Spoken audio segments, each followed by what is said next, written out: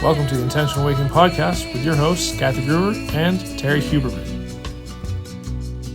Well, hello there, and welcome to the Intentional Awakening Podcast. I'm Terry Huberman. And I am your co-host, Kathy Groover. We're joined again with Noel Coakley, but we're going to start this episode, as we do every episode, with an angel card. Ooh, Gimme. Man, they're giving us gifts today. Yes. Attention. Oh. Keep your sight on your goal. Direct your energy and attention to who you want to be and where you want to go. Stay aligned and focused. Was it attention or tension? Intention. Oh, it was neither. Okay. Intention. Intention. Got it. So our intention for the podcast today is introduce you to a fabulous author, teacher, long-term, I'm assuming long-term Buddhist, Noel Coakley. So Noel, go ahead, introduce yourself. Tell everybody at home a little bit about you. Hi, folks. Thanks for having me. I'm a psychotherapist and a meditation teacher, and I'm a dad and I'm a husband, trying to figure this all out with everybody else, trying to put it together, trying to understand how these worlds are all meeting and see this very ordinary life as the place for waking up, and that makes me think about the intention piece. I think that's it right there for me anyway. That's probably the most important thing in any practice. I think you could say in any tradition, and we can lose sight of that. We can lose sight of that. And if you take any practice and strip it of intention and context, like mindfulness, you can do mindfulness for a lot of reasons. Mindfulness helps you be a good sniper for, Yeah. So the intention matters as far as it's just a tool, but why you're doing it and what the broader context is really important. There's this great story named this guy, Geshe Wangyal, who was one of the first teachers in the United States. Not the most popular. A lot of people didn't know him, but he was like Robert Thurman's teacher, and he came around a long time ago, and he was invited to this yoga conference, which at this time, like maybe early 70s, one or two a year, not like when we think of yoga conferences now, right? So this is one of few things happening. And he sees all the workshops all weekend, and his turn is to talk at the end of the weekend. He's got an hour to talk. This guy can talk about anything, right? He watches all the workshops, and he gets up there, turns on the mic, and he goes, ask yourself why you're doing any of this. And puts the microphone down and walks off the stage. that was it. And, I presume he didn't see any talk of intention that weekend, or maybe worried about that or whatnot. But that's stuck in my head as to be like, that was the one thing that guy said, Oh. Yeah. Wow. It was either the wisest thing ever, or he simply couldn't get his PowerPoint to work and he had to pivot. Sure. Yeah. Crap, what am I gonna? Oh, I know. Late for his flight. Yeah. I love that. So attention, tension, attention. Terry, what are we thinking about intention today? I'm going to go with intention. I feel like you're reminding me, Noel, about how often I will actually do something without intention.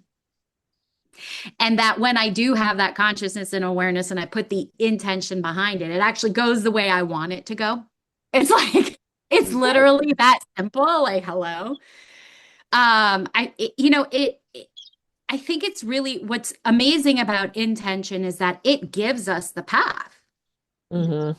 We can now see what the next step is, right? And then the step after that and the step after that. So without intention, we can't necessarily, intention and action is what moves us and helps us reach our goal. But without intention, it's like we're just flailing all over the place. That's what I'm putting myself in my experience when I don't have intention. And I think I actually do that more often than not until I catch myself. Mm-hmm.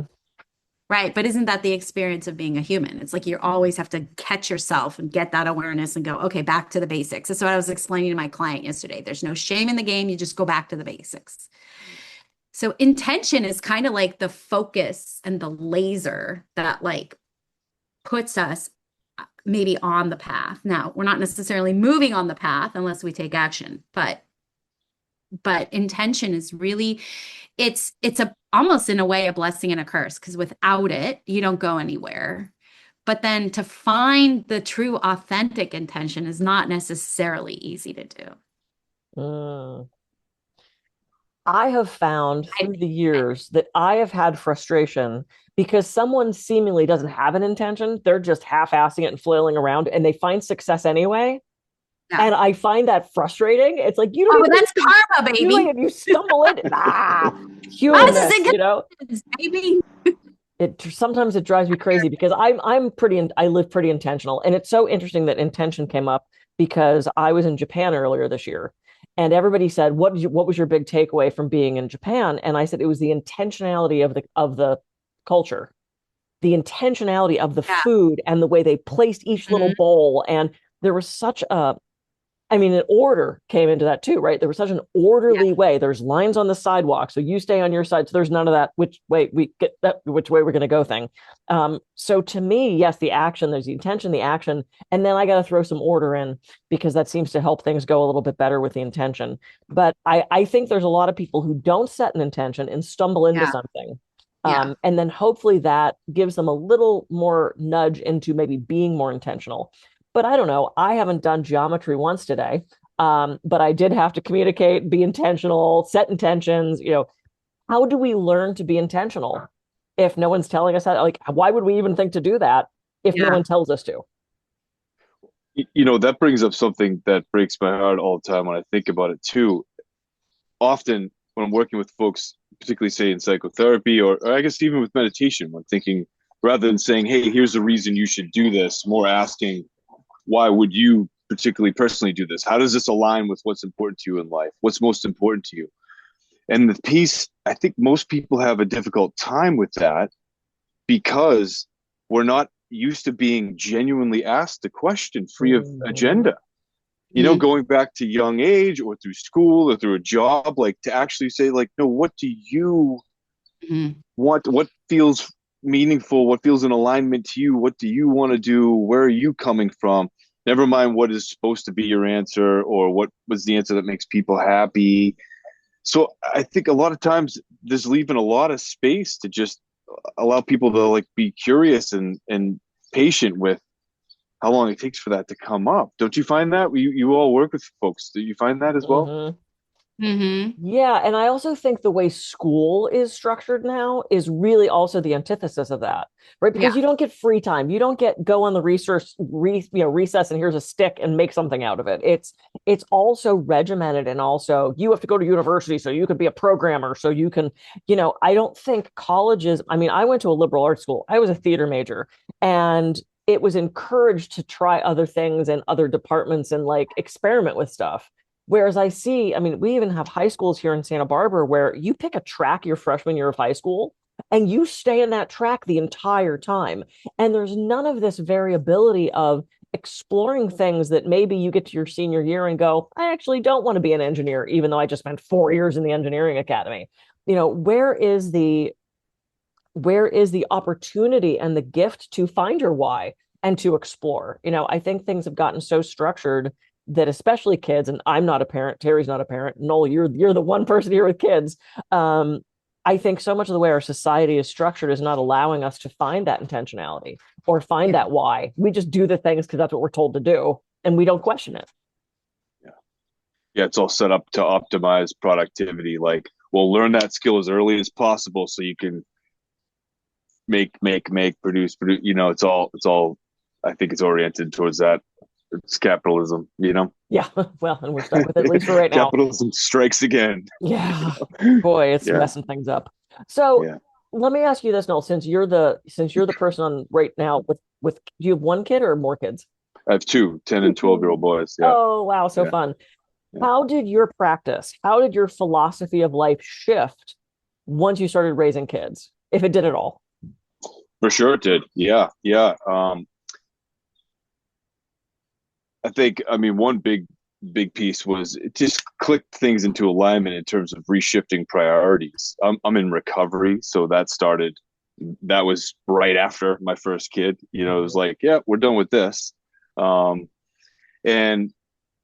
there's something that is so palpable about the interdependence piece, about the I remember, especially as they get older, I can remember what I experienced that part of childhood like, and what I could have used at that time. And so there's this way that being a parent, not that this is the only way to do this, but being a parent forces you to look at how you parent yourself and go through your own reparenting at the same time.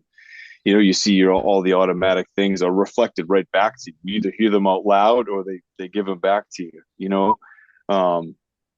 And there's something natural about putting others first when you have kids. Not that that's the only way people can do that, but it just is a circumstance that provides it's pretty easy in that sense. It's thoughtless. Well, and to that point, I mean, I don't have kids. I was a kid, and I do remember, sometimes I'm still a kid, giant kid. We play all the time. But there is that realization of how so many people are parenting their kids now, and it's so I'm going to give them everything. They have all these rights. They don't have to say, they don't have to hear the word no. They can kind of do it, at least here in Santa Barbara, it's very very entitled, very spoiled, very boundaryless. And I grew up on the East Coast in the 70s and 80s. We had boundaries, So learning to, I'm almost able to reparent myself, seeing what my clients are going through and seeing. So it's like I can kind of look to society today and go, wow, they could use this. I need this. And, we get to pull from what's happening in the world. But man, there's some examples of horrible parenting in this town. And I don't know if it's generational. I don't know if it's coastal. I don't know if I would go back to Pittsburgh right now if it's the same as it was when I was growing up, or if they've sort of adopted this, yes, here's your, $500 Lululemon gift card for your 5th birthday kind of situation. I don't know. It's fascinating to think about that, not being a parent, and like, what would I do in some of these situations, and how would I handle trying to raise a child in this chaotic world right now with so much suffering and so much chaos. And I know we've barely scratched the surface on the suffering and the chaos, but how would I handle that? How would I bring a new life into this mess? Yeah. It's one more place. I think they are teachers, and just like if we take that view that all these life situations, all the people, all the relationships, all the difficulties we find ourselves in, those are our teachers. Like they're going to reflect something and give us a chance to work with it, I'm an aunt to a 10 and a 12-year-old, same ages as you. And I may not be a mom, but I am a student. And let me tell you, they will teach you a thing or two for sure. And there are so many times I'm like white knuckling myself going, okay, Terry, but this is what you're learning. This is what you're learning. So that has helped me, because I do think that kids these days are being raised differently than we were raised, for sure. And I can see where my shortcomings have been, but I could also see where, there's room for improvement. So, bless those kids, because I do think kids, just in general, whether you're related to them or not, are great teachers. Yes. Great teachers. Yeah. Yeah, absolutely. Noel, do you have, we talked briefly about your book, Wake Up Sleepy Buddha. What is, I know it's a tome, right? It's got to be a large book to be able to fill all the knowledge that you have and all the different ways of approaching Buddhism and awakening. What are some of the key takeaways that you think people are going to get from reading this book? You said in the last episode we were on that it was the book you wish you had when you were learning all of this. So what are some of the themes or the key takeaways of that? My largest hope is that people are going to read it and then feel, oh, I can do this. I mean, that's the overall And that's the feedback that I look for when I'm teaching and working with people. And those who've read it so far, I go like, oh, I can do this. This is approachable, So that's the overall piece. The theme that runs throughout is that of Buddha nature. Like there's a whole bunch of practices in here. None of us need to perfect or learn all the practices that are out there. They're all pointing to the same thing. Work with what resonates, and it's all pointing to what's already here. That to me is the most important lesson. Is it's pointing to what's already here, which you can call a lot of different things. In Buddhism, they call it Buddha nature or natural state of mind, heart mind. But that it's all here, so it's just going to take a bunch of different angles at that, and it follows an order that moves all the way up to sort of what is traditionally called some of the higher forms of meditation, but in a sort of no big deal way, So I hope that's how people feel about it. Might have a few laughs with it, and resonate with it, the personal stories. But the accessibility and I can do this. This is for me. This is not something alien. This is not that foreign, and that actually, I think when it's all communicated right, you go, oh yeah, I some part of me knows this. Somehow I already knew this. And I think people will put it down feeling that way. Yeah, it's a remembering. Yeah. I love when I come across something that reminds me of something I already know. I know it's a reminding, but it's also a validation for me that I'm on the right path. Like I'm going in the right direction and like nothing is wrong and all is well. I love that. Yeah, no, it is absolutely a validation. And there's nothing new. Let's face it, there's no new ideas under the sun. There's no new ideas. It's sort of a regurgitation and a rehashing of not the one thing, but I mean, kind of, right? It's just this idea of we are all whole already and we don't have to do anything. We just have to acknowledge it, kind of. But it's, there's nothing new. No one's coming out with some new thing. And it amazes me because I just sat with Eckhart Tolle for 4 days and I literally had people go, who's Eckhart Tolle? And I'm thinking, how have you never heard of it? I mean, like, he's the guy. Like, how have you not heard of it? But the joy in that is then I get to distill it down in my way of explaining, and I get to pass on the same basic information, but in my words. And there were so many times listening to him where I went, hey, I say that. And I know I didn't get it from him. I came up with it. And then he, there's no new ideas. It's the timing. It's who says it in what way. And there might be one thing that you go, oh, I get it, even though you've heard it 5 million times before. And from different teachers, like one teacher who you may never have heard of, all of a sudden it clicks, So, and that's the thing about resonation. Yes. Yeah. So we start with intention and we're ending with resonance. I love it. Noel, tell everybody where they can find you and get a copy of that book. At wakeupsleepybuddha.com or on Instagram, the same, wakeupsleepybuddha. Cool. I'm Kathy Groover. I can be reached at kathygroover.coach. And I'm Terrie Huberman. You can find me at terriehuberman.com. Thank you so much. And thank you, Noel. And thank you everybody else for catching us and tuning into this episode of the Intentional Awakening podcast. We'll see you in the next one. Yes.